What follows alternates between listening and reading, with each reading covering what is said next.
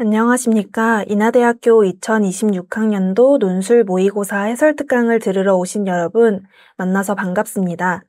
논술 모의고사 해설특강을 시작하기 전에 인하대학교 2026학년도 논술 전형에 대해 안내드리도록 하겠습니다.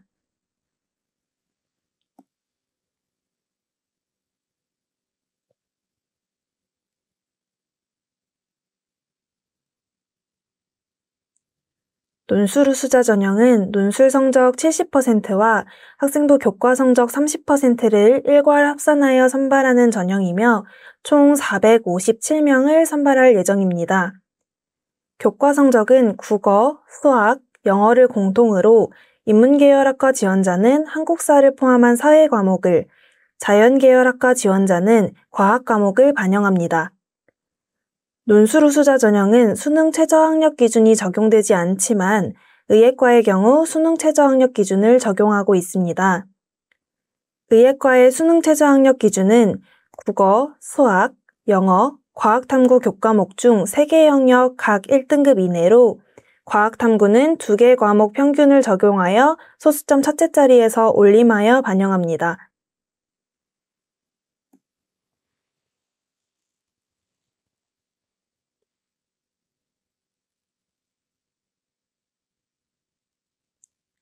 본교 논술 우수자 전형은 학생부 교과 3에서 6등급대 수험생들의 지원율이 높은 전형입니다.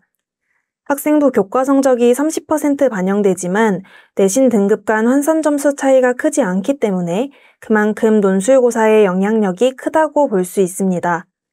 따라서 논술 성적이 합격의 당락을 결정하는 중요한 요소로 논술고사를 잘 대비하는 것이 중요합니다.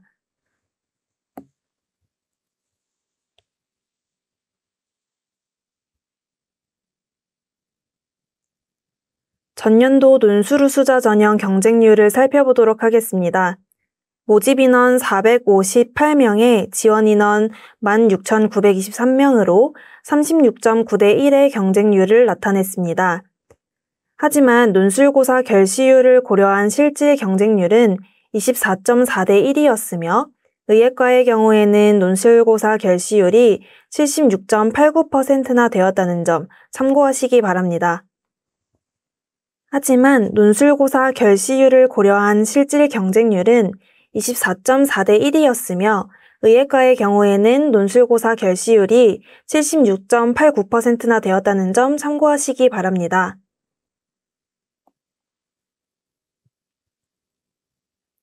다음은 논술고사 출제 범위에 대해서 안내드리도록 하겠습니다. 자연계열의 경우 수리논술이며 수학, 수원, 수투, 미적분까지가 출제 범위입니다. 의예과의 경우 별도로 2개의 문항을 출제하고 있으며 2026학년도부터 응시 시간이 100분으로 축소되었습니다. 인문계열의 경우 언어논술이며 국어와 사회교과에서 출제됩니다. 인문계열의 응시 시간은 120분으로 기존과 동일합니다. 다음은 2026학년도 논술고사 변경사항입니다. 자연계열의 경우 앞서 말씀드린 것처럼 시험 응시 시간이 100분으로 축소되면서 풀이해야 하는 문항 수가 축소되었으며 전반적인 문항 난이도가 하향 조정되었습니다. 인문계열의 경우 논제 제시 방법이 변경되었습니다. 기존의 경우 2 입장 중 하나의 입장을 선택하여 문항별 요구사항을 기술하도록 논제가 제시되었다면 2026학년도부터 특정 주장에 대해 문항별 요구사항을 기술하도록 논제가 제시될 예정입니다. 입장을 선택함에 있어서 필요한 사고 과정이 해소되었다고 볼 수 있습니다. 변경된 유형 및 난이도 점검을 위하여 2026학년도 논술 모의고사를 반드시 응시해 보시기 바랍니다.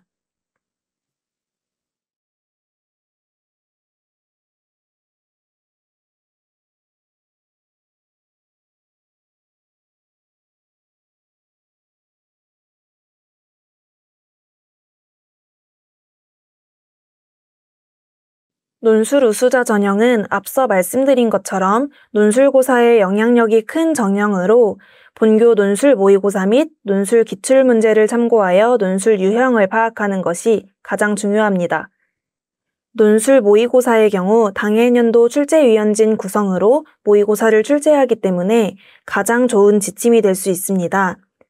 온라인 논술 모의고사 혹은 고교 발송형 논술 모의고사를 응시한 후 해설특강 동영상을 수강하여 스스로 자가채점해보시는 것을 권유드립니다.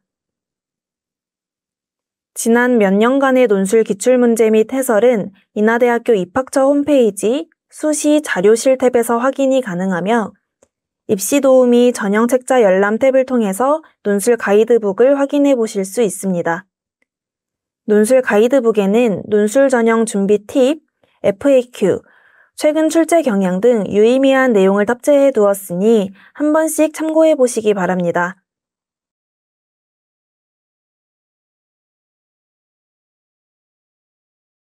마지막으로 전년도 논술 수자 전형 입시 결과를 살펴보도록 하겠습니다.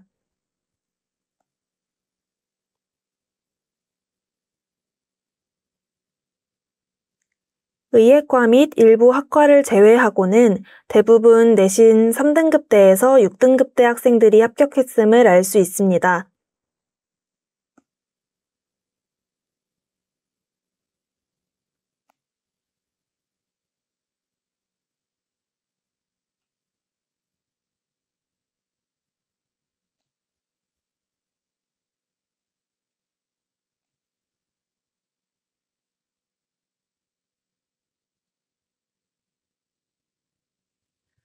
논술 우수자 전형의 경우 학생부 교과 성적으로 인해 지원을 망설이거나 주저할 필요가 없는 전형임을 다시 한번 생각해 보시면 좋을 것 같습니다.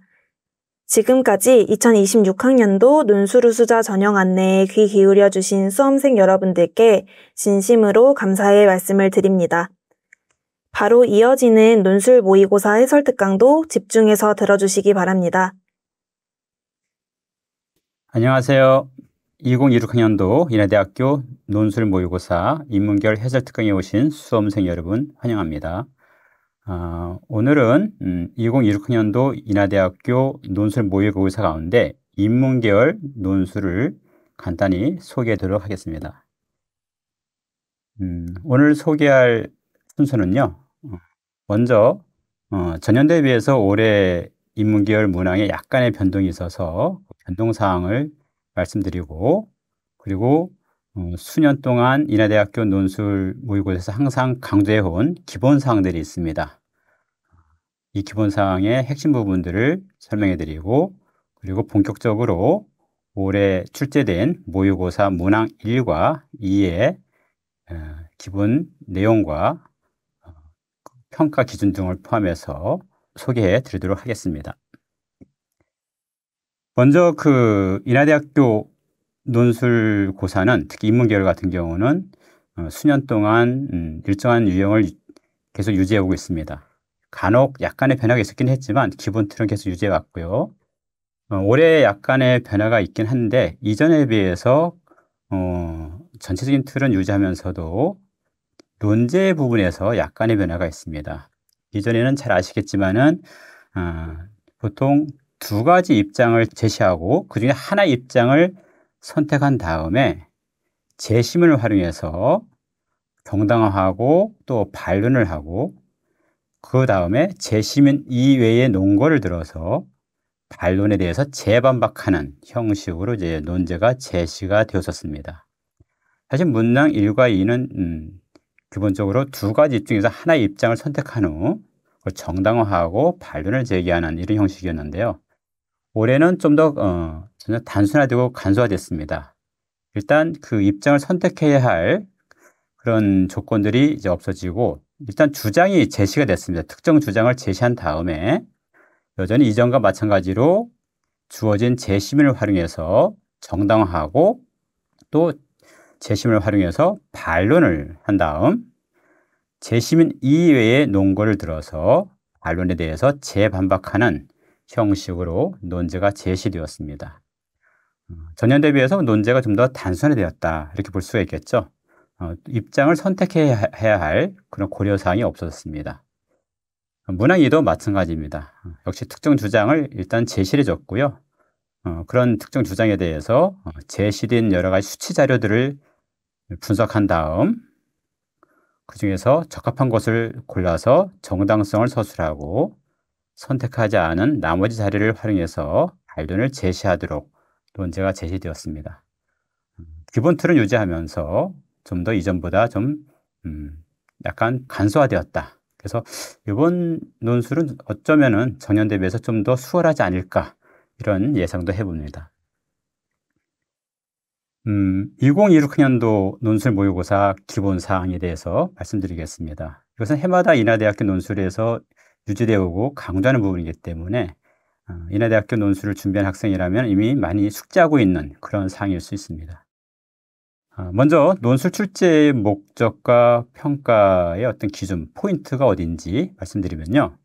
출제 목적은 고등학교 교육과정 범위 내에서 사회적으로 쟁점이 되는 주제를 중심으로 다음 같은 능력 평가를 목적으로 하고 있습니다.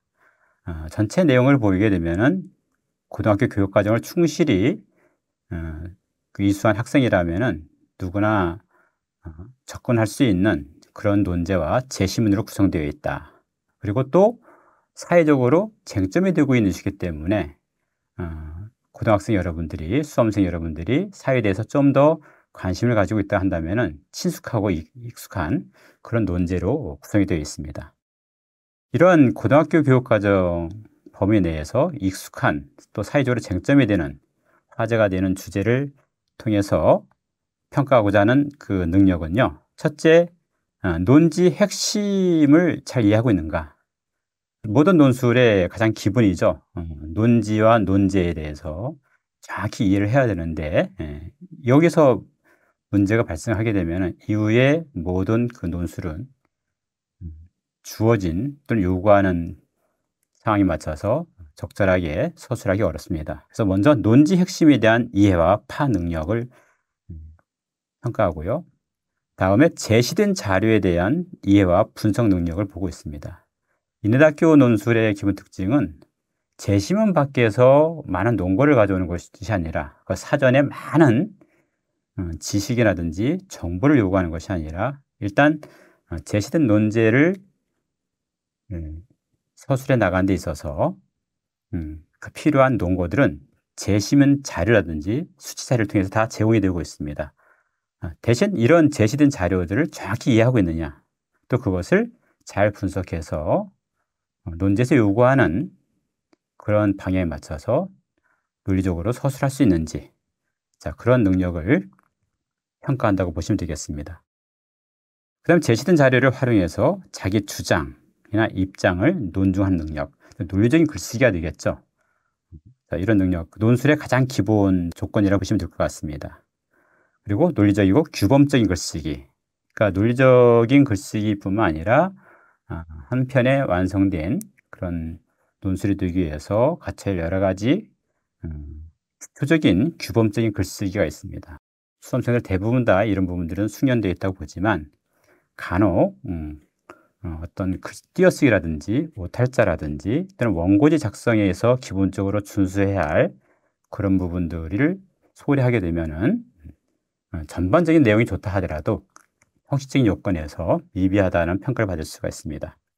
저는 가장 전체 인하대학교 논술의 그 기본 방향은요, 어떤 고등학교 과정을 충실히 이해한 과정 속에서 어떤 사회적인 쟁점에 대해서 그것을 충분히 자기가 주어진 여러 정보를 통해서 분석하고 거기에다 자기 입장을 수립하고 또 그것을 논증해 나갈 수 있는 능력들, 또 이것을 논리적인 글을 통해서 설득해 나갈 수 있는 능력들을 평가한다, 이렇게 보시면 될 것 같습니다. 이런 논술을 잘 쓰기 위해서는 기본적으로 갖춰야 할 조건들이 있는데 인하대학교 논술에서는 일단 몇 가지 제한 조건을 주고 있습니다. 그 기본 정보가 있고 또 유의할 사항들이 있는데, 먼저 기본 정보를 말씀드리면은 전체 논술 시험 시간은 120분입니다. 정확히 120분이고요. 논술 문제는 유형에 따라 두 가지 유형으로 되어 있습니다. 그래서 두 가지 유형으로 구성되어 있고 각각 문항에 두 개의 문항에 각각 작성해야 할 글자 수가 정해져 있습니다. 전체적으로 한 1600자 정도 쓰시는데 물론 저 점수는 100점 만점입니다. 120분 동안에 1600자 정도를 작성하시는데 문항 1과 문항 2로 나눠져 있습니다. 문항 1의 그 글자 수는 대략 1000자를 기준으로 해서 플러스 마이너스 100자고요. 점수는 60점 만점입니다. 문항 2는 600자를 기준으로 해서 플러스 마이너스 60자고 점수는 40점입니다. 문항 1과 문항 2가 문제가 나눠져 있고 답안지도 이제 나눠져 있고요. 거기에 글자도 나눠져 있기 때문에 이 부분을 혼동하면 안 되겠습니다. 논술고사의 평가 기준을 보게 되면은 일단 크게 두 가지, 형식과 내용적인 측면을 구분하게 되면요. 제시된 형식적인 요건들이 있습니다. 바로 이제 이어서 설명해 드릴 텐데, 일반적인 유의사항이라든지 답안지 작성의 유의사항, 원고지 사용법 등 이런 것들이 제시된 여러 가지 요건들에 부합하는지, 규범적인 글쓰기에 부합하는지 그 여부가 평가 기준이고요. 그러면 내용적인 측면은 당연히 논제에 따라서 요구에 따라서 분석하고 논지를 전개하고 있는가, 그 논지 전개가 적합한가, 이런 부분을 평가하고 있습니다. 형식적인 요건입니다. 매우 중요합니다. 이 부분은 이런 형식적 요건을 두는 이유는 좀 더 친절하다고 보시면 될 것 같아요. 뭐 더 까다롭게 하는 것이 아니라 다른 어떤 논술을 쓰더라도 이런 형식들을 이제 갖춰야 되는데 다른 대학들의 논술 같은 경우는 이런 것들 다 전제를 하고 있는 거죠. 소개하고 있지 않지만 인하대학교에서는 여러분들이 좀 더 논술을 준비하는 데 도움이 될 수 있도록 좀 더 친절하게 여러 가지 유의사항들 갖다가 제시해 주고 있습니다. 답안 작성 유의사항에 특히 주목해 볼 필요가 있는데 그 전에 먼저 일반적인 유의사항들이 있습니다. 먼저 답안지를 구성할 때에는 문제지의 여백이나 문제지 내의 연습장을 사용하지 말고 답안지에 메모하지 말 것. 답안을 구성할 때 문제지가 있죠. 문제지 여백이나 문제지의 연습장을 사용해서 메모를 한 다음에 답안지에는 메모하지 말라는 겁니다. 답안지에 다른 글자들이라든지 내용이 들어가게 되면은 평가할 때 여러 오류가 발생할 수 있기 때문에 그렇습니다. 답안을 작성할 때는 반드시 흑색 필기구만 사용을 하도록 하고 있습니다. 예를 들어 연필이라든지 샤프는 사용 가능한데 사인펜은 사용할 수가 없습니다. 이 부분은 약간 좀 유의해 주시고요. 답안을 정정할 때는 당연히 원고지에 작성하기 때문에 원고지 사용법에 따라야 합니다. 물론 이제 수정하고자 할 때는 수정 테이프나 지우개를 사용할 수는 있습니다. 다음 수정액을 사용하는 것은 불가합니다. 답안은 반드시 해당 문항의 답란에 작성하고 답란 밖에는 작성하지 않도록 요구하고 있습니다. 해당 문항의 답란이라는 것은 인하대학교 논술은 문제가 두 가지 문항이 되어 있습니다. 문항 1과 문항 2로 되어 있고 문항 1과 문항 2 답안지가 구분되어 있는데 문항 1 답안지에다가 문항 2 답안을 써서는 안 된다는 것이죠. 그래서 이게 문항 1 답안지인지 문항 2 답안지인지를 구분해서 작성하시고 해당 문항의 답란에 작성하고 답란 밖에는 작성하지 않는 것이 좋습니다. 여기 원고지를 쓰겠는데 원고지 칸 밖에다가 이렇게 깨같이 쓰는 경우가 있거든요. 자, 그런 경우는 하지 말고 이번에 원고지를 썼을 때 수정하는 방식들이 있습니다. 자, 그런 규범화된 수정 방식에 따라서 수정을 해주시면 될 것 같습니다. 그리고 답안지는 중간에 절대 교체할 수가 없습니다. 답안지를 절대 교체하지 않는 이유는 일단 논술의 원활한 진행을 위해서도 그렇고 또 답안지를 교체하고 하다 보면 실제 제한된 시간 내에 답안지를 제대로 작성하기도 어렵습니다. 그래서 처음부터 답안지는 교체하지 않는다라는 전자하에서 메모를 문제지 여백이나 문제지 내의 연습장을 활용해서 메모를 충실한 다음 답안지에 작성하시면 되겠습니다. 그 다음에 중요한 것이 답안지 작성 유의사항인데요. 이 부분은 바로 나중에 보겠지만은 평가 부분, 점수와도 연관되어 있습니다. 일단 답안지 작성에서 1차적으로 요구하는 것은 제시된 분량을 지킬 것. 문항 1과 문항 2는 각각 소정의 글자 수가 제한되어 있습니다. 그 제시된 분량을 일정 범위를 넘어서거나 미달하게 되면 감점이 됩니다. 제시된 분량을 지킬 것을 요구하고 다음 제시문의 문장을 그대로 옮기지 말 것. 사실 이것은 논술의 기본인데요. 인하대학교의 논술의 핵심 특징은 논제를 증명하는 데 있어서 그 근거들이 제시문에 나타나 있습니다. 제시문을 잘 읽으면 논거를 충분히 찾을 수가 있는데 그 제시문에 나와 있는 문장을 그대로 따다가 답안지를 작성하게 되면은 오히려 감점을 받습니다. 그것을 좀 더 다른 표현으로 좀 더 축약을 하거나 아니면 좀 더 그것을 유형화시켜서 다른 표현으로 종합해서 서술하는 것을 요구하고 있습니다. 그래서 제시문의 문장을 한 구절을 그대로 따오거나 옮기지 않도록 요구하고 있습니다. 그다음 간혹 있는데요. 논술다 보니까 제목을 다는 경우가 있습니다. 불필요한 제목을 달지 말라고 되어 있고요. 또 사실은 제한된 시간에 제한된 글자 수로 논술하기 때문에 일단 그 논제에 대해서 그 수험생들의 어떤 실제 능력을 평가하는 데서 전반적인 글씨 전반을 보는 것이 아니라 논제에 집중해서 쓸 수 있도록 요구하고 있습니다. 그래서 서론 이런 것은 쓸 필요가 없습니다. 사실 결론도 크게 필요 없고요. 논제에서 요구하는 것에 따라서 서술하시면 되겠습니다. 중요한 것은 제목 달지 말 것, 또 앞에 사족처럼 서론을 쓰지 말 것. 핵심은 주어진 논제에서 요구하는 바에 따라서 본론을 중심으로 서술하시면 되겠습니다.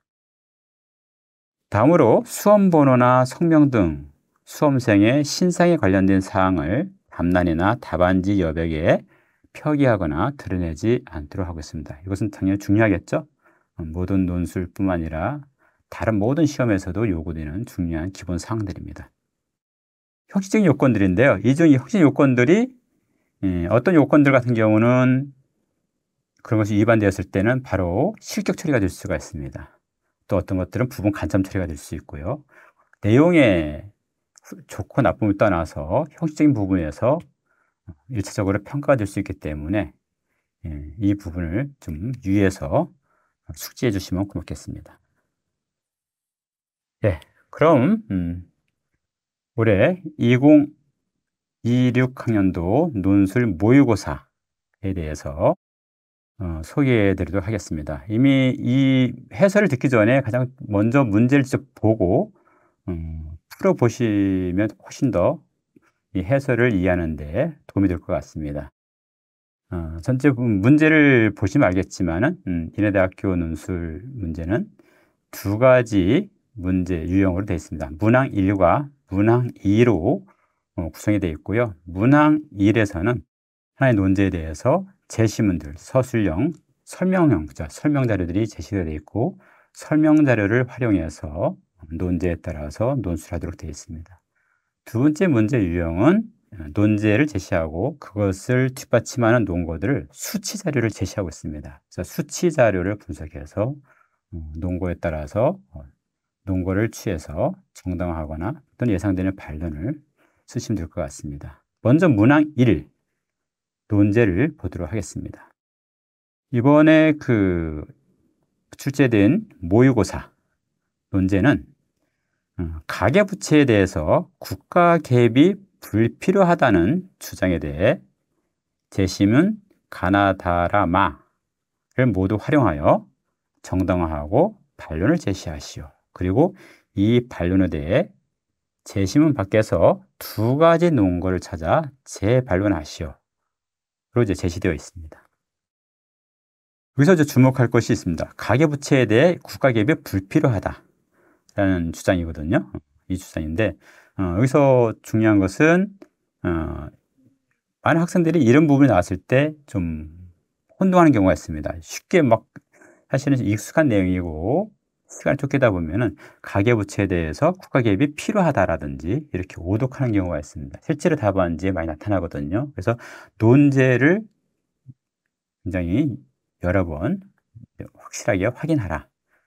특히 불필요하다라는 일반적으로 논술을 낼 때에는 논술 주제를 낼 때에는 사실은 부정적인 그런 보다는 긍정적인 형태로 많이 나갑니다. 가계부채에 대해서 국가 개입이 필요하다라는 주장에 대해서 이렇게 보통 나가는데 인하대학교 이번에 모의고사에서는 가계부채에 대해 국가 개입이 불필요하다라는 주장에 대해서 재심은 가나다라 말을 모두 활용하여 정당하고 반론을 제시하도록 되어 있습니다. 그리고 반론에 대해서는 재심문에서 포함되지 않은 두 가지 논거를 별도로 찾아서 재반론을 요구하는 거죠.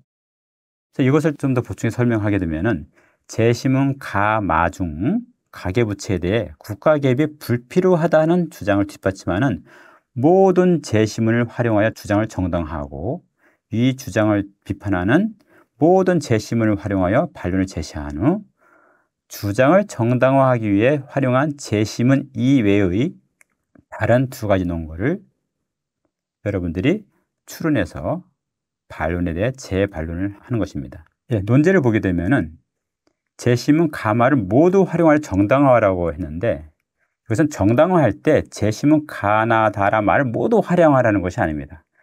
재심은 가나다라 말 가운데에서는 가계부채에 대해 국가 개입이 불필요하다는 주장을 정당화하는, 지지하는 그런 재심문도 있고 그것을 비판하는 그런 재심문도 있는 거죠. 그래서 가나다라마 전체 재심문 가운데서 가계부채에 대해 국가 개입이 불필요하다는 주장을 지지하는 논거 모두를 찾아서 그걸 정당화하고 또 그것을 반대하는 모든 재심을 찾아서 반론을 제시하시오라는 뜻입니다.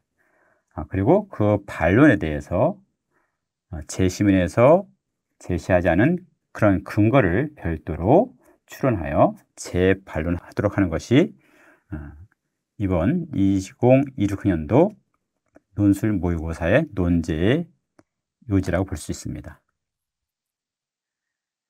그러면 재심은 가나다라마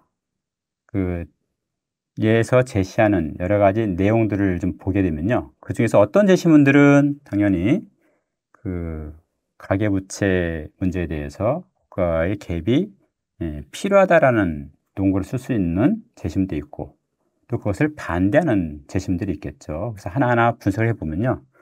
재심문 가 같은 경우에는 가계부채 얘기를 하고 있습니다. 가계부채가 경제자본을 획득하기 위한 합리적인 활동이지만 개인의 과도한 소비 욕구라든지 생활비, 교육비 부담, 그다음에 금융기관의 고금리, 과잉대출 정책 등 여러 가지 개인적인 요인에 의해서 또는 사회적인 요인들에 의해서 가계부채가 폭증할 수가 있는데 이 경우 심할 경우에는 가계의 파산이 초래될 뿐만 아니라 기업의 투자 환경에도 부정적인 영향을 미칠 수 있다는 것을 제시하고 있습니다. 재심문 가의 이런 요지를 보면은 결국 가계부채 문제에 대해서 국가 개입이 좀 필요하다라는 입장을 뒷받침하는 것으로 해석할 수가 있습니다. 그 이유는 가계부채를 야기하는 요인들이 그렇죠? 개인의 과도한 소비 욕구나 이런 것도 있지만은 또 여러 생활비, 교육비 이런 부분들, 또 금융기관의 어떤 과잉 대출 정책들 이런 사회적인 요인들도 있거든요. 이런 사회적인 요인들에 대해서는 개인의 책임을 지기는 한계가 있기 때문에 또 국가의 개입이 필요하다고 볼 수 있고요. 또 그 결과에 대해서도 가계의 파산에 그치지 않고 기업의 투자 환경에도 부정적인 영향을 미침으로 인해서 사회적, 국가의 발전에도 부정적인 악영향을 미치기 때문에 국가의 개입이 필요하다라고 볼 수가 있습니다. 자, 그래서 재심은 가는 가계부채 문제 해결에 국가 개입이 필요하다는 입장을 뒷받침하는 근거로 쓸 수가 있습니다. 재심은 나는 해리포터 소설인데요. 해리포터를 통해서 도덕적 소유 개념을 강조하고 있습니다. 이 내용에 의하면은 개인의 소유라는 것은 공동체의 신뢰에 일단 기반해야 하는 만큼 진정한 소유, 사회적으로 인정받을 수 있는 소유는 바로 소유자의 자기 절제와 윤리적인 판단이 뒷받침되어야 한다라는 것이죠. 그냥 무조건 자유롭게 그냥 자기가 소유한다고 되는 것들이 아니라 그것을 소유하기 위해서는 바로 그 사회적인 공동체의 여러 가지 신뢰를 받아야 할 뿐만 아니라 또 그것을 위해서 소유자의 자기 절제, 윤리적인 판단, 즉 윤리적인 책임도 따라야 한다는 것을 말하고 있습니다. 이러한 주장에 따르면은 가계부채 문제 해결은 국가가 개입하기 이전에 우선적으로 그 소유자, 어떤 소비자들의 어떤 자기 절제와 윤리적인 판단 그리고 책임이 우선되어야 한다는 것을 얘기한다고 볼 수가 있습니다. 그런 의미에서 재심은 나는 가계부채 문제 해결에 국가 개입이 불필요하다는 입장을 뒷받침하는 것으로 이해할 수 있습니다. 재심은 다는 근무 계약의 유약 조건에 관한 이야기를 하고 있습니다. 근무 계약의 유약 조건과 관련해서 계약의 핵심 원리로 자율적인 참여, 그러니까 계약을 할 때 자율적인 의사에 의해서 계약이 이루어졌는지, 또 계약을 할 때 여러 조건들이 있는데 그런 조건들이 충분히 제시되고 인지가 되었는지, 이거 중요하다고 보고 있고요. 이러한 자율적인 참여와 충분한 정보가 제시된 상황에서 체결된 계약은 바로 개인이 책임을 져야 한다는 관점을 지지하고 있습니다. 이러한 주장에 따르면 가계부채 문제 해결에 있어서도 바로 국가가 개입해서 지원하기보다는 바로 채무자가, 그렇죠? 가계부채의 채무자가 우선적으로 책임을 져야 한다는 주장을 뒷받침하는 것으로 이해할 수가 있습니다. 이어서 재심은 라와 마의 관점도 함께 보도록 하겠습니다. 재심의 라에서는 여러분들이 많이 알고 있는 장발장의 사례를 얘기하고 있습니다. 장발장의 사례를 통해서 개인의 선택과 행위가 비록 범죄 등 문제가 있더라도 그것이 인간의 기본적인 존엄을 보호하지 못하는 사유의 구조적인 원인에 기인한다면 이는 국가가 책무를 다하지 못했기 때문이다 라고 비판하고 있습니다. 즉 국가는 인간의 기본적인 존엄을 보호해야 할 의무가 있다는 것이죠. 그것이 국가가 존속하는 이유이기도 하고요. 그런데 이런 한 개인이 기본적인 인간으로서의 존엄을 보호받지 못함으로 인해서 행해진 여러 가지 행동들, 또 그 결과들에 대해서 일방적으로 그 개인에게 책임을 물릴 수가 없다는 것입니다. 이런 관점에 따른다면 재심의 라는 가계부채 문제 해결에 국가 개입이 필요하다는 입장을 뒷받침하는 것으로 볼 수 있습니다. 마지막으로 재심의 마에서는 공상소설인 에코토피아 뉴스라는 소설에서 가져왔는데요. 이 소설에 의하면 공동체적 자원 분배 개념을 통해서 주거를 포함한 생존의 기초를 시장이 아닌 필요에 따라 공유해야 한다는 이상사회가 제시되고 있습니다. 이 내용은 바로 국가 개입의 필요성을 직접적으로 보여주고 있는 그런 사례라고 볼 수 있겠죠. 그래서 가계부채 문제 해결에 재심은 많은 국가 개입이 필요하다라는 입장을 뒷받침하는 논거로 삼을 수가 있습니다. 이러한 논거, 각 재심원들의 논거를 분석을 한 다음에 다시 앞에서 본 논제에 비춰본다면 입장을 어떠한 그 재심원들은 입장을 정당화하는 데 쓸 수가 있고 또 어떤 재심원들은 그것을 반박하는 것으로 이렇게 볼 수 있겠죠. 그래서 먼저 여러분들은 답안지를 작성한다면 입장을 정당화를 하라고 했으니까 정당화하고 그 다음에 거기에 대해서 예상되는 그 반박을 재심원에서 모두 찾아서 서술하면 되겠습니다. 특정 기준을 보게 되면은 그래서 입장을 정당화할 때는 여기서는 두 가지 재심원의 입장을 개인의 여러 가지 가계 채무 문제에 대해서 국가 개입이 불필요하다는 거죠. 불필요하다라는 것을 정당화하는 그런 재심원이 두 개가 있습니다. 나와 다가 있죠. 반면에 재심은 가와 라와 마는 그런 국가의 개입을 반대하는 그런 취지를 담고 있습니다. 그래서 입장 정당화를 위해서는 나와 다의 논거를 가져오시면 되겠습니다. 나에서는 앞에서 본 것처럼 소유의 권리를 누리기 위해서는 사회적으로 정당한 자기 절제와 책임 있는 태도가 요구된다. 그래서 가계부채는 개인의 자유로운 윤리적 판단과 도덕적 책임에 따라 이루어진 것이므로 그 책임 역시 개인에게 있다. 라고 서술할 수 있겠죠.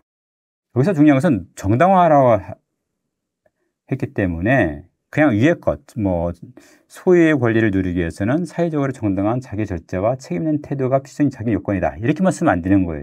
논제가 뭡니까? 논제는 가계부채 문제에 대해서 개인의 책임을 져야 되느냐 아니면 국가가 개입할 필요가 있느냐, 필요가 없느냐 이 문제거든요. 그래서 가계부채 문제에 대해서 재심은 나는 어떤 논거를 제시해주고 있는지 그 가계부채 문제와 나에서 얘기하는 논지를 연결시켜서 정당화시키는 논리로 서술해야 될 것 같습니다.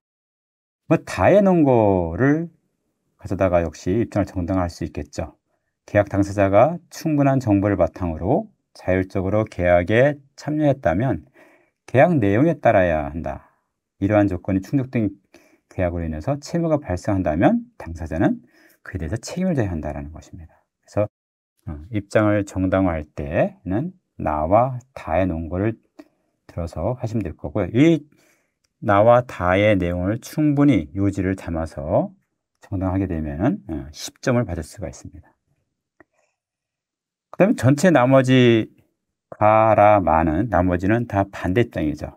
예상되는 반박은 아까 나머지 선택하지 않은 모든 재심을 활용해서 반박하는 거기 때문에 가라 마 모두를 써야 합니다. 가만 쓰거나 라만 쓰면 안 되고요. 세 가지를 다 써야 되는데 가에서 논거는 가계부채 폭증은 개인적인 요인 외에도 사회적 정책적 요인이 관련되어 있고 그 결과도 가계뿐만 아니라 기업 등 사회에 대한 심각한 부정적 영향을 초래한다라고 돼 있었죠. 그래서 이 경우는 국가의 정치적 개입이 필요하다라고 이렇게 연결시켜서 쓸 수가 있고요. 라의 논거에서는 국가는 생존권, 자유권, 인간다운 삶을 보장하는 존엄권의 보호와 실현을 졸린 목표로 삼아야 한다. 그래서 부채로 인해서 개인의 존엄권이 침해될 위기에 처한다면 이것은 국가가 책임을 다하지 않은 것이라는 얘기죠. 국가는 이를 보호하기 위해서 부채 변제에 개입할 수도 있다. 이렇게 반박할 수 있겠죠. 마에서는 과도한 부채는 단순히 개인의 무절제가 아니라 치열한 경쟁과 과도한 성과를 요구하는 사회 구조적 결함에서 비롯될 수도 있기 때문에 공공자원의 배분을 개인 간 경쟁 체제에 맡기기보다 필요에 따라 공동체 구성원의 연대에 기반해 배분될 때 오히려 사회 전체 행복이 더 증진될 수 있고 따라서 국가의 필요하다라는 논지로 서술할 수가 있습니다. 그래서 그 예상되는 반박에 대해서 가와 라와 마의 제심을 다 활용하고 여기에 제시되고 있는 여러 가지 논거들을 충분히 논리적으로 서술한다면 15점을 받을 수가 있습니다. 논제에서 반박에 대해서 재반박을 하도록 요구하고 있습니다. 재반박을 한다고 하니까 반박으로 상했던 자료가 가라 마가 있죠. 그리고 반대되는 입장이 나다가 있는데 가라 마를 반박하기 위해서 나다를 쓸 수 있는데 논지에서는 이미 재심문에서 제시된 논거를 사용하지 말고 재심문 밖에서 논거를 찾아서 재반박하도록 되어 있습니다. 그래서 나다의 논거를 쓰지 말고 가라마의 그 반박의 논리를 재반박을 해야 할 것 같습니다.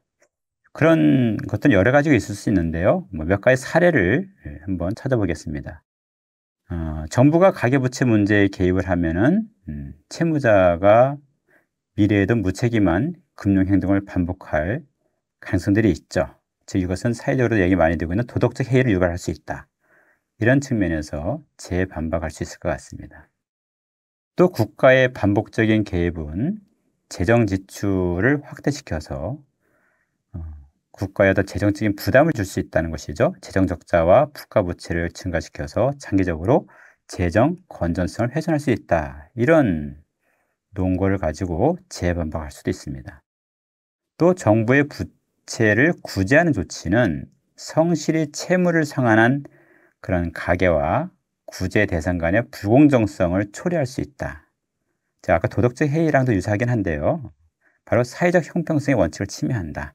이런 사례를 가지고 또 재반박할 수 있습니다. 또 정부의 정책 결정은 정부의 비대칭, 정치적 이해관계, 관료제 비효율 등으로 인해서 항상 합리적으로 작동하지 않으며 시장보다 오히려 더 큰 실패를 초래할 수도 있다라는 것으로서 재반박할 수 있습니다. 또 정부의 개입은 가격 메커니즘이나 자원 배분을 왜곡시켜서 시장 효율성을 저해하고 경쟁 질서를 훼손할 수도 있다고 볼 수 있습니다. 자, 이러한 여러 가지 그 이외 기타 여러 가지 논거가 있을 수 있는데요. 이런 부분들은 여러분들이 평소에 여러 가지 사회적인 이슈에 대해서 관심을 가지고서 여러 가지 제기되는 여러 가지 논쟁들을 좀 더 살펴보게 되면은 충분히 찾아낼 수 있는 논거라고 볼 수가 있습니다. 이러한 그 논거를 통해서 재반박을 논리적으로 서술한다면 20점을 받을 수가 있습니다. 만약에 재반론에서 자신의 앞선 주장을 다시 반복해서 서술한다면 10점 이하, 20점이 아니라 10점 이하가 부여될 수도 있습니다. 핵심은 이미 제시문에서 나와 다에서 논거를 끌어오거나 또는 이미 자신이 앞에서 정당화시키기 위해서 사용했던 논거를 반복하지 않는 것이 중요할 것 같습니다. 마지막으로 모든 논술은 사실은 내용도 중요하지만은 하나의 그 전체 논리적인 그런 그 어떤 매끄럽게 서술하는 것도 중요하죠. 그래서 글 전체의 논리의 어떤 일관성, 또 상호 여러 가지 앞뒤 문맥의 연결, 자연스러운 연결들, 또 내용의 어떤 설득력 이런 것들을 읽었을 때 한편에 완성된 그런 논리로서 자연스럽게 읽히는 글이 중요합니다. 그래서 뭐 한 문장 한 문장도 중요하지만은 전체 문맥이 자연스럽게 체계적으로 논리적으로 연결되도록 서술하는 것이 중요한데 이런 부분에 대해서도 평가가 이루어집니다. 그래서 채점자의 재량에 따라서 최대 15점까지 점수를 주고 있습니다. 그래서 역시 내용뿐만 아니라 논리적인 글쓰기 연습도 중요하다라고 알 수 있겠죠. 자, 그 이외에 문항 1에서는 또 약간의 감점 요인들이 있습니다. 형식적인 요소인데요. 앞에서 그 답안지 작성 유의사항에서 지적했던 부분입니다. 왜 중요하냐? 바로 여기에 나와 있습니다. 그런 걸 지키지 않으면 바로 감점이 되기 때문입니다. 형식 요건 중에서 다음에 해당하는 경우에는 각 항목별로 5점 이내에 감점을 줄 수 있습니다. 예를 들어서 불필요한 서론을 쓰거나 결론을 쓰거나 뭐 제목을 쓰거나 이랬을 경우에는 각 5점 이내에서 감점을 할 수가 있고요. 제시문에 나와 있는 문장을 그렇죠? 논거를 끌어올 때 그렇죠? 뭐 하나의 단어가 포함되거나 하나의 약간의 뭐 한두 구절이 포함되는 거는 큰 문제 아니지만 문장을 통째로 가져왔을 때 즉 문장 원래 문장 형태를 유지한 채 그대로 따왔을 때 이랬을 때도 역시 5점 이내에서 감점이 가능합니다. 그리고 원고지 작성법, 맞춤법, 띄어쓰기 오류들 기본적인 글쓰기의 어떤 규범에서 어긋났을 경우에 부적절하거나 부정확한 어휘나 문장들이 전반적으로 한두 개가 아니라 여러 개가 반복해서 나왔을 경우에는 심각하다라고 볼 수 있겠죠. 자, 이런 경우에도 역시 5점 이내에서 감점이 가능한데요. 결국 형식적인 요건에서만 최대 15점까지 감점이 가능하겠죠. 그래서 상당히 중요한 부분이라 볼 수가 있습니다. 그래서 답안지 작성의 유의사항들을 꼭 명심하시는 게 좋고요. 그거 이외에 또 분량을 반드시 지키도록 돼 있었죠. 그래서 문항 1 같은 경우는 1000자를 기준으로 해서 플러스 마이너스 100자입니다. 그래서 대략 900자에서 1100자 사이를 쓰게 되면은 전혀 감점 요인이 없습니다. 그런데 1100자가 초과되었다. 그럼 5점 감점이 가능하고요. 또는 그 미달되었을 경우에 심각하게 미달된 상황에 따라서 역시 또 감점이 있습니다. 500점 미만일 경우 또는 500자에서 한 699자 정도 될 경우 또는 700자에서 899자 정도에 해당할 경우에 5점 내지 10점이 또 감점될 수가 있습니다. 그래서 답안지 작성할 때 원고지 칸들이 있죠. 자, 빈 칸도 포함되어 있기 때문에 그 글자 수가 초과되지 않도록 작성하는 것이 굉장히 중요하다라는 것을 말씀드립니다. 예, 이런 그 조건들을 다 갖춰서 형식적인 요건을 거쳐서 논지에 따라서 제시문의 논거를 활용해서 정당화하고 반론을 제시하고 재반박을 한다면 어떤 답안이 나올까? 뭐 여러 가지 답안들이 나올 수가 있겠죠. 그 중에서 하나 모범이 아니라 예시 답안입니다. 이런 경우 이런 답안도 가능하지 않을까? 그것을 사례로서 간단히 소개하도록 하겠습니다. 가계부채 문제에 대해 국가는 직접 개입하기보다는 개인의 책임과 자유를 우선시해야 한다. 제시문 다에서 언급하듯 시장경제의 참여자는 자율성을 지닌 존재이며 그에 따른 결과에 대해서도 책임을 져야 한다. 부채도 자발적인 금융계약의 일환인 만큼 상환 책임은 본질적으로 개인에게 귀속된다. 제시문 나도 이를 뒷받침한다. 소유의 권리를 누리기 위해서는 사회적으로 정당한 자기 절제와 책임 있는 태도가 필수적이며 가계부채는 개인의 자유로운 윤리적 판단과 도덕적 책임에 따라 이루어진 것이므로 그 책임 역시 개인에게 있다. 이에 대한 반론도 존재한다. 제시문 가에서 보듯 개인의 채무를 상환하려 해도 경기 침체, 실직, 금리 상승 등 외부의 요인의 영향을 받을 수 있다. 이는 개인이 통제할 수 없는 위험 요소로 경제 공동체의 안정을 확보하기 위해 일정 수준의 사회적 책임 분담이 필요하다는 주장도 가능하다. 제시문 라에 따르면 국가는 국민의 존엄권을 보호해야 할 책임이 있으며 만약 가계부채가 삶의 기반을 심각하게 위협한다면 이를 방치하는 것은 국가의 책무를 져버리는 것이다. 또한 제시문 마에서는 과도한 부채는 단순히 개인의 무절제가 아니라 치열한 경쟁과 과도한 성과를 요구하는 사회 구조적 결함에서 비롯된 결과일 수도 있다. 공공자원의 배분을 개인 간 경쟁 체제에 맡기기보다 필요에 따라 공동체 구성원의 연대의 기반에 배분될 때 사회 전체의 행복이 더 증진되므로 국가의 개입이 필요하다. 그러나 이러한 반론에도 불구하고 국가의 개입은 신중히 제한되어야 한다. 과도한 개입은 시장의 자율성과 책임 윤리를 약화시키고 도덕적 해이를 초래할 수 있다. 국가 재정의 한계를 고려할 때 존엄 보장은 기본적 사회 안전망을 통해 충족되어야 하며 개별 금융 실패까지 책임지는 것은 바람직하지 않다. 특히 성실히 채무를 이행한 국민들과의 형평성 문제는 사회 정의를 훼손한다. 따라서 국가는 교육과 제도 개선, 최소한의 안전망 구축을 통해 직접적으로 지원하는 수준에 붙여야 한다. 네, 이러한 예시 답안이 가능할 것 같아요. 뭐 이렇게 다 쓰라는 것은 아니고요.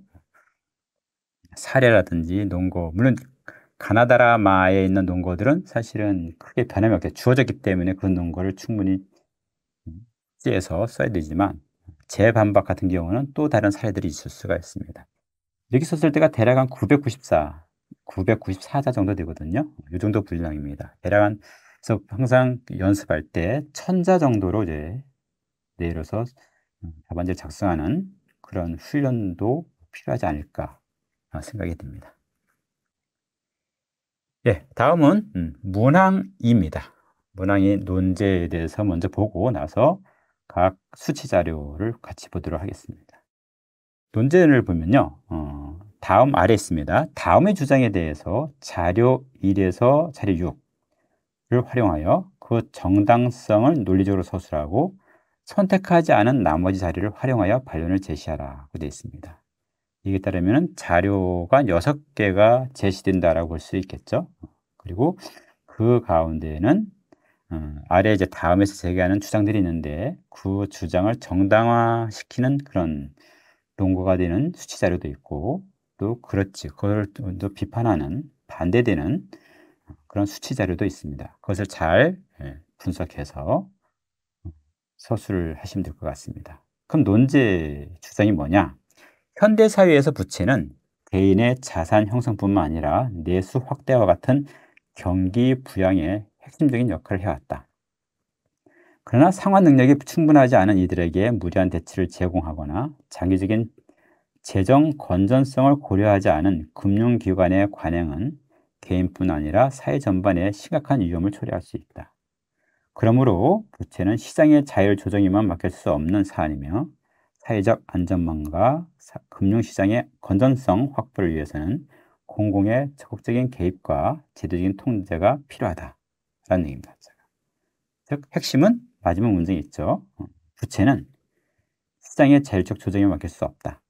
즉 사회적 안전망과 금융시장의 건전성 확보를 위해서 공공의, 즉 국가의 적극적인 개입과 제도적인 통제가 필요하다라는 걸 주장이고, 이제 제시될 자료 6가지 수치 자료를 활용해서 정당성을 서술하고 그것에 반대되는 수치 자료 모두를 활용해서 반론을 제시하면 될 것 같습니다. 결국 문항의 논제를 보게 되면서 핵심은 아까 마지막 문장에 있다 그랬죠. 부채 문제는 시장의 자율적인 조정에만 맡길 수 없고 공공의 적극적인 개입과 제도적 통제가 필요하다라는 주장입니다.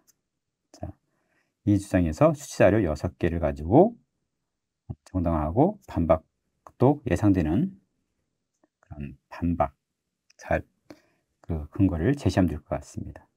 그래서 먼저 자료 1과 자료 6 수치 자료를 분석을 해야겠죠. 그리고 그 자료 가운데서 논지 주장을 지지하는 수치 자료와 반대되는 자료를 선별을 하고 지지하는 자료를 통해서 정당화를 하고 나머지 반대하는 자료를 통해서 반론을 서술하면 될 것 같습니다. 수치 자료 6가지 중에서 먼저 3가지를 보겠습니다. 그래서 자료 1 같은 경우는 한 A 가상의 A국의 기준금리와 국제결제은행, 즉 BIS로 약자로 표기되는 국제결제은행의 신용계획의 추이를 통해서 민간 신용대출 증가 속도가 신용대출의 증가 속도가 경제 성장률을 상회하여 금융 시스템의 구조적인 위험, 구조적인 리스크를 야기하고 있다는 것을 보여주고 있습니다. 기준금리 인상 이후에도 이 신용갭이 플러스 10 내외로 유지되고 있어서 안정화되지 않고 있다는 것이죠. 따라서 통화 정책만으로는 신용 평창을 억제하기 어렵고 국가의 제도적인 개입이 필요하다라는 것을 시사하고 있다라고 볼 수가 있습니다. 물론 여기서 이제 자료에 나오는 여러 가지 뭐 국제결제은행, 신용갭 뭐 이런 몇 가지 용어들이 있는데 이런 용어들에 대해서는 수치 자료에서 좀 많이 나오는데요. 이런 것들은 다 문제를 보시면 알겠지만 밑에 용어에 대한 설명이 되어 있습니다. 그래서 뭐 가장 기본적으로 많이 쓰는 용어들에 대해서는 설명을 하지 않지만 교과 범위 내에서 범위 약간 벗어나거나 교과 범위 내에 있다 하더라도 좀 이해하기 어려운 그런 개념들에 대해서는 별도로 아래 보충 설명이 되어 있으니 그것을 잘 확인해서 보시면은 충분히 수치 자료를 이해할 수 있고 분석할 수가 있습니다. 결국 자료 2를 앞에 논제의 주장과 연결시켜서 본다면은 국가 개입을 찬성하는 것으로 이해할 수 있겠죠. 자료 2를 보겠습니다. 자료 2 자료는요, 공공보증기관의 대입변제액 급증과 단기 순이익의 감소를 보여주는 자료입니다. 그래서 이런 공공 개입이 시장의 유인을 왜곡하고 공공기관이나 국가의 구조적 재정 부담을 초래한다는 경고를 해소할 수 있겠죠. 바로 이제 가계부채나 여러 가지 대출과 관련된 부분에 있어서 공공보증기관이 보증을 쓰는데 이런 그 공공보증기관도 전 적자로 운영될 수는 없겠죠. 그렇죠? 그래서 너무 대출이 과다하게 많아져서 보증기관들이 보증해야 할 그런 금액들이 급증하게 되면은 보증기관이 부실해질 수도 있습니다. 이런 경우는 오히려 공공개입이 시장의 유인을 왜곡하고 오히려 공공기관이나 국가의 구조적인 재정 부담을 초래하는 것으로 볼 수도 있습니다. 수치 자료에 의하면 바로 국가 개입을 반대하는 논거로 사용할 수가 있습니다. 다음 자료 세 번째 수치 자료를 보면요. 주택담보대출 그 상환 지원에 관한 것입니다. 그래서 봤더니 주택담보지출 상환 지원 제휴용자 프로그램이 수혜 가계의 재정 안정에 기여할 뿐만 아니라 정치 사회 참여를 증진시키고, 즉 수혜를 받은 사람들이겠죠. 수혜 가계의 정치 사회 참여를 증진시키고, 특히 저소득층일수록 그 효과가 크다는 점을 보여주고 있습니다. 즉 주택담보대출 상환을 지원했을 경우에 이런 효과가 있다는 것이죠. 이를 통해서 정부 개입이 사회적 자본과 시민성 회복에도 긍정적 영향을 미친다라는 것을 보여주는 자료입니다. 자, 이 자료에 의하면 국가 개입을 찬성하는 것으로 해석할 수가 있습니다. 이어서 자료 4와 자료 6 자료를 보도록 하겠습니다. 자료 4에서는 저소득층 대상 현금성 이전 지출 정책이 기업 대상의 세제 지원 정책보다 재정 승수가 높으며 특히 위기 상황에서 경제 회복 효과가 더 크다는 점을 보여주고 있습니다. 특히 저소득층에 대해서 현금 지원을 했을 경우에 바로 위기 상황에서 경제 회복 효과가 크다는 것이죠. 이러한 자료에 따르면 결국 정부 개입이 단기 복지를 넘어 경기 회복 전략으로도 유의미하다는 것을 뒷받침하는 자료로 해석할 수가 있습니다. 따라서 자료 4는 국가 개입을 찬성하는 그런 자료로 해석이 가능합니다. 자료 5는 국제학업 성취도 평가 프로그램의 성취도 자료를 보여주고 있습니다. 이에 따르면 교육 환경의 사회, 경제적, 문화적 불평등이 클수록 학업 평균 성취도가 높게 나타나는 경향을 보여주고 있는데요. 이는 그런 자유로운 시장 기반 경쟁이 국가 개입보다 더 나은 성과를 낼 수 있다는 점에서 정부 개입에 대한 비판 논리로 활용될 수가 있습니다. 자, 그래서 따라 이러한 논리에 따르면 자료 5는 국가 개입에 반대하는 근거로 삼을 수가 있습니다. 자료 6은 외부 지원에 의해서 유지되는 한계 기업, 한계가를 지닌 기업들에 대해서 자본 투자, 자본이 집중될수록 총 요소 생산성이 낮고 자본 재배분이 저해된다는 것을 보여주고 있습니다. 이는 정부의 무분별한 개입이 생산성 저하나 경쟁 약화, 자원 배분 비효율을 초래할 수 있다는 점에서 시장 자율성을 해치는 개입의 부작용을 지적하는 자료로 활용할 수가 있습니다. 즉, 국가 개입을 반대하는 논거가 될 수가 있습니다. 자, 이러한 수치 자료를 분석해 보면은 바로 논제에서 제시한 주장이죠. 그 입장을 정당화하는 그러한 자료가 있고 또 반대되는 자료가 있는데, 입장을 정당화하는 자료는 앞에서 보면 자료 1과 자료 3과 자료 4가 해당된다고 볼 수가 있습니다.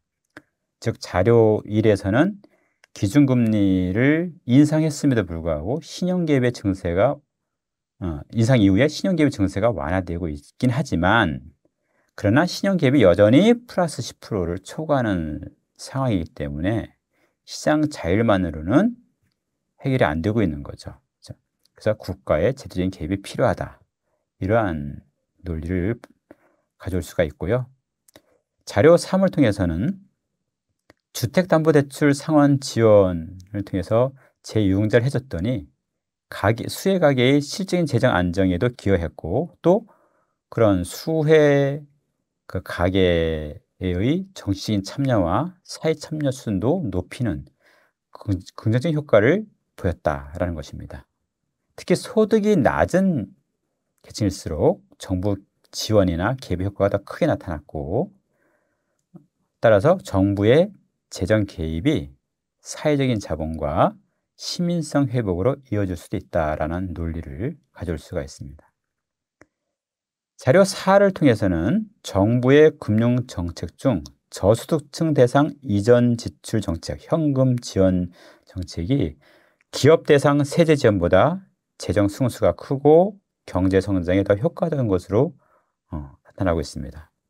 특히 경제 위기 상황에서는 저소득층 가계에 대한 직접 개입의 경기 회복 효과가 평상시보다 더 크게 보여주고 있는데요. 따라서 위기시 가계부채에 대한 정부 개입은 필요할 뿐만 아니라 효과적이다라는 것을 보여주고 있습니다. 그래서 그 주장을 뒷받침하기 위해서 자료 1과 자료 3과 자료 4의 수치 자료를 활용해서 정당화하면 될 것 같고요. 정당화할 때 그 논거들을 이렇게 예시된 그런 논거들을 중심으로 해서 논리적으로 서술된다면 15점을 받을 수가 있습니다. 그 다음 그 예상되는 반박을 나머지 사용되지 않은 정당화하는데 사용되지 않은 그 밖의 자료 모두를 활용해서 예상되는 반박을 제시하는 것입니다. 그러면은 앞에서 사용된 것을 빼면 정당화하기 위해서 사용되었던 제시문 수치 자료를 빼면은 자료 2와 자료 5, 자료 6이 있겠죠. 자료 2에서는 어떤 논거 예상되는 반박의 근거를 가져올 수 있을까요? 자료 2는 보증기관의 매출은 유지되고 있으나 단기 순이익은 지속적으로 약화됐죠. 그 이유는 바로 보증금 대입 변제의 급증 때문인데 따라서 공공개입의 필요성에 대한 논란이 증가하고 있다라고 볼 수가 있습니다. 그렇죠? 즉 보증금 대입 변제 급증이 발생하고 따라서 이런 급증이 나타나는 부분들은 공공 개입 일종이에요. 대입 변제를 많이 해주는 것 자체가 공공 개입의 일종이거든요. 공공 개입의 필요성에 대해서 논란이 증가되고 있다라는 것을 예상되는 반박의 논거로 삼을 수 있고요. 자료 5에서는 사회 경제적, 문화적 배경과 어떤 그 교육 성취도거든요. 점수 간의 상관계가 클수록 즉 여러 가지 경제적, 사회적, 문화적인 교육 환경에 편차가 있겠죠. 그런 것들이 어떤 교육의 어떤 성취도와 실제 관계가 밀접하다는 얘기입니다. 이렇게 밀접할수록 교육 불평등은 당연히 높은 경향을 보이겠죠. 근데 교육 불평등이 큰 나라들이 오히려 그렇지 않은 나라들보다 성취도가 더 높더라. 교육 평균 성취도가 높다는 얘기죠. 따라서 반면에 교육 평등을 지향한 나라들은 그런 수학 점수가 되게 하락을 했습니다. 따라서 한 국가의 교육의 어떤 그 성취도를 높이기 위해서는 오히려 국가가 개입을 해서 불평등을 줄이기보다는 자유시장 원리에 따라 경쟁을 유도하는 편이 더 효과적이다라는 것을 말해줍니다. 그런 논거로 자료 5를 활용할 수가 있고요. 자료 6에서는 한계 기업, 즉 외부의 지원에 의해서 유지되고 있는 한계 기업의 비중이 높을수록 총 요소 생산성이 낮아져서 기술 및 제도 혁신이 저해되고 있다. 또 자본이 생산성이 낮은 한계 기업에 고착이 되면, 집중 투자가 되게 되면 혁신 기업으로서의 자원 이동이 당연히 감소하거나 차단되겠죠. 그래서 자본 재배분율이 낮아서 시장의 역동성이 감소한다. 이런 점에서 한계 기업에 대한 정부의 개입은 전반적으로 생산성의 저하, 투자 위축, 경쟁 저하로 이어질 수가 있어서 가계부 부채 문제에 대한 국가 개입에도 부정적인 논거로 사용할 수가 있습니다. 이러한 그 세 가지 수치 자료를 통해서 예상되는 반박의 근거를 제시할 수가 있습니다. 이러한 정확하게 자료 2, 자료 5, 자료 6을 정확하게 선별해 내겠죠. 그리고 그것으로부터 적정한 논거를 찾아내서 논리적으로 서술하게 된다면 15점을 받을 수가 있습니다. 그리고 문항 2 역시 논술이기 때문에 수치 자료를 분석해 쓰는 것으로 이렇게 팩트만 전달하는 것이 아니라 전반적으로 이렇게 한 편에 완결된 유려한 그런 논리적인 그런 서술로 이루어져야 합니다. 그래서 글의 논리성도 많이 보게 되는데요. 글 전체가 역시 일관성을 유지하고 논리적으로 서로 앞뒤가 잘 연결되고 또 논지가 자연스럽게 설득력을 갖추게 되면은 채점자의 재량에 따라서 10점 이내에서 점수를 부과받을 수가 있습니다. 자, 그럼 이러한 그 평가 이외에 마지막 또 하나 문항2에서도 감점 요인이 있습니다. 앞에서 제시되었던 그런 글쓰기 요건에 답안지 작성 기본 요건들이 똑같이 적용이 됩니다. 그래서 형식 요소들 가운데서 다음에 요소들 있죠. 불필요한 서론, 결론, 제목 따위를 쓰지 말 것. 또 제시문에 나와 있는 문장, 여기 제시문에 나와 있지는 않다 하더라도 수치상에서 나와 뭐 설명이 있거나 각주에 있거나 이런 문장들 갖다가 그대로 쓰는 경우 별로 없겠지만은 어쨌든 자료들을 자기 평가하지 않고 자기 스스로 평가해서 분석한 것이 아니라 제시문 자료라든지 이런 것에 액면 그대로 나와 있는 것들을 그대로 옮기는 것들, 이런 것들은 감점받을 수가 있습니다. 아마 이 부분은 아마 문항2에서는 크게 해당될 것 같지는 않아요. 그렇죠? 제시문에 나와 있는 문장을 원래의 완전한 문장 형태를 유지한 채 그대로 옮겨 적음. 이 항목은 문항2에서는 여러분들이 크게 사용할 것 같지 않습니다. 그럼 마지막에 원고지 작성법, 맞춤법, 띄어쓰기 등 오류, 부적절하거나 정확한 어휘나 문장 등 이런 것들이 심각할 경우에는 역시 5점 이내에서 감점이 가능합니다. 전체적으로. 또 마지막으로 분량이 역시 제시되어 있죠. 600자를 기준으로 해서 544에서 6 플러스 마이너스 60자입니다. 그래서 544에서 660자 공백을 포함한 글자고요. 요 안에 해당된다고 한다면 감점이 없습니다. 그러나 그것을 660자를 초과하거나 또는 540자를 미달했을 때 미달한 정도에 따라서 5점에서 10점까지 감점이 갈 수가 있습니다.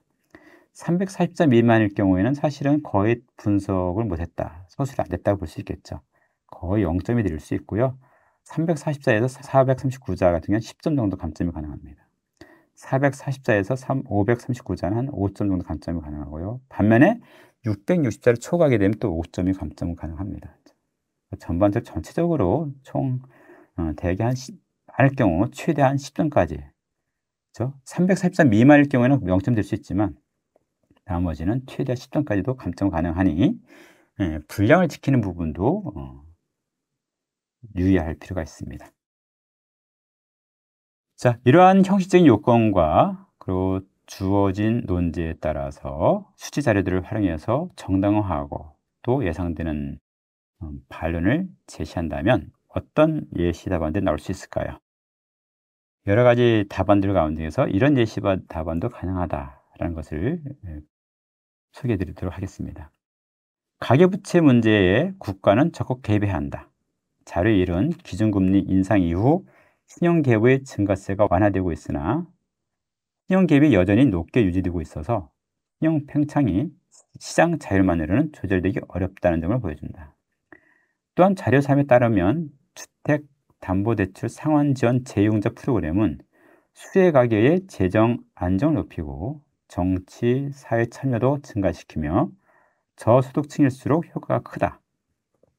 자료 4는 저소득층 대상 이전 지출 정책이 기업 대상 세제 지원보다 높은 재정 승수를 보이며 특히 경제 위기 상황에서 더 강한 경제 회복 효과를 발휘함을 보여준다. 이는 위기 시 가계부채에 대한 정부 개입이 단순한 복지를 넘어 경제 성장 전략으로도 유효함을 의미한다. 반면 자료 2의 그림 2와 그림 3은 정부의 보증제도 개입이 대위 변제 급증과 재정 손실로 이어지며 시장 유인을 왜곡할 수 있음을 경고한다. 자료 5는 교육 불평등이 큰 국가들이 오히려 높은 학업 성취를 보인다는 점에서 국가 개입보다 자유시장 경쟁이 더 효과적일 수 있다는 주장을 뒷받침한다. 자료 6은 정부 개입으로 인해 한계 기업이 유지되면 생산성 저하, 자본 재분배 저해 등 시장 역동성이 감소할 수 있음을 보여준다. 이렇게 작성할 때 한 608자 정도 나왔네요. 600자 전후로 쓰시면 되는데 플러스 마이너스 60자입니다. 이 예시 답안 같은 경우는 아마 앞에 문항 1에서는 제시문 밖에서 근거를 더 재반박하는 것이 있었죠. 여기는 그것이 없습니다. 그러니까 수치 자료를 분석해서 그런 주장에 대해서 지지하느냐 반대하느냐를 잘 판단한 다음에 찬성하는 이 수치 자료를 근거로 해서 정당화하시면 될 것 같고, 나머지 자료를 가지고서 예상되는 반박의 논거를 제시하면 되겠습니다. 자, 따라서 여기는 정당화와 반박을 할 때 다 근거 자료가 있죠. 수치 자료가 있습니다. 수치 자료를 활용하기 때문에 어느 정도 위에 예시 답안에서 다루고 있는 그런 근거들을 활용해야지만 좋은 평가를 받을 수 있지 않을까 생각이 됩니다. 자, 이렇게 해서 인하대학교 2026학년도 논술고사를 위한 모의고사의 어떤 문제와 답안지 작성과 관련된 여러 조건들에 대해서 소개해드렸습니다. 인하대학교 논술은 다른 대학의 논술과 마찬가지로 논술로서 갖춰야 할 기본 요건들을 다 요구하기 때문에 일반적인 논술을 준비하는 과정을 충실히 한다고 한다면 인하대학교 논술은 무난하게 여러분들이 준비할 수 있지 않을까.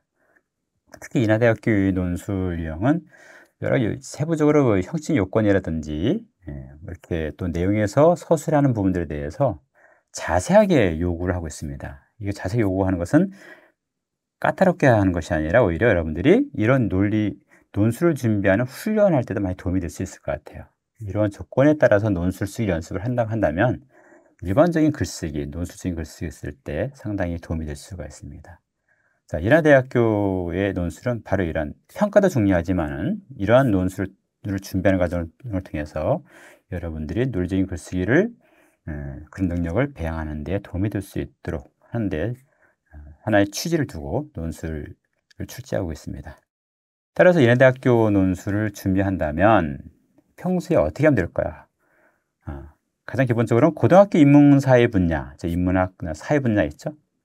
교과목에서 많은 문제들 관련된 그런 문제들이 나오기 때문에 특히 인문사회 분야 교과목에 대해서 좀 폭넓고 충실하게 학습이 중요합니다. 거기에 나오는 여러 가지 기본적인 개념들도 있고 또 거기서 다루고 있는 여러 가지 주제들 또 여러 가지 도표나 표를 갖다가 해석하는 능력들 이런 것들을 훈련하는 게 중요한데 그래서 인문사회 분야의 한 특정 과목이 아니라 다양한 인문사회 분야의 교과목에 대해서 충실하게 한번 학습을 해주시면 좋을 것 같고요.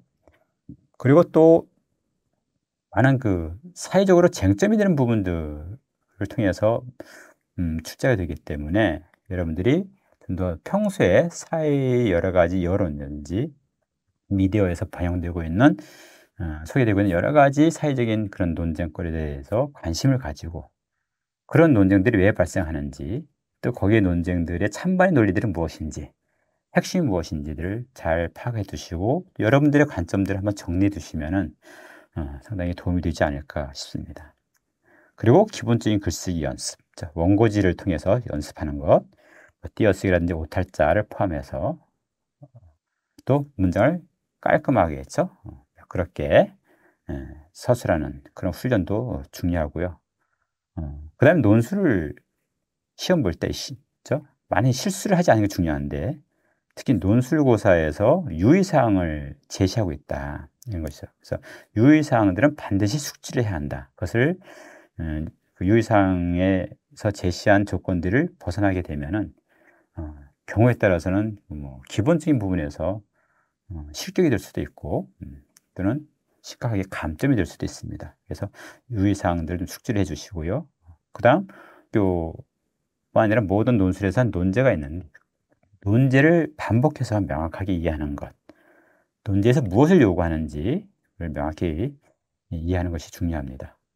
그리고 각 제시문들을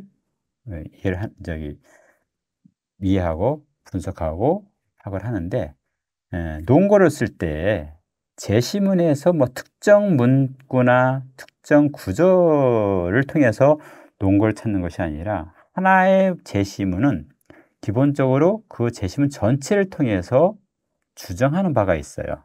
핵심 요지가 있는 거죠. 입장과 주장이 있습니다. 그 입장이 무엇인지를 찾는 게 중요해요. 하나의 몇몇 구절이라든지 단어를 통해서 논거가 찾는 것이 아니라 전체 입장을 통해서 이 제시문은 어떤 입장을 견지하고 있다. 어떤 입장에 지지하거나 반대하는 논거를 쓸 수 있다. 이것을 종합적으로 판단하는 게 중요하죠. 그래서 제시문은 각 제시문의 지엽적인 단어나 구절보다도 전체적인 핵심 주장을 파악하는 것이 중요합니다. 아무튼 얼마 남지 않았는데요. 몇 개월 동안이라도 더 열심히 준비해 주시고 인하대학교 논술에 대해서 관심을 많이 갖고 또 지원해 주시기를 부탁드리겠습니다. 네, 이상으로 2026학년도 인하대학교 인문계열 논술 모의고사 해설을 마치도록 하겠습니다. 예, 수고하셨습니다.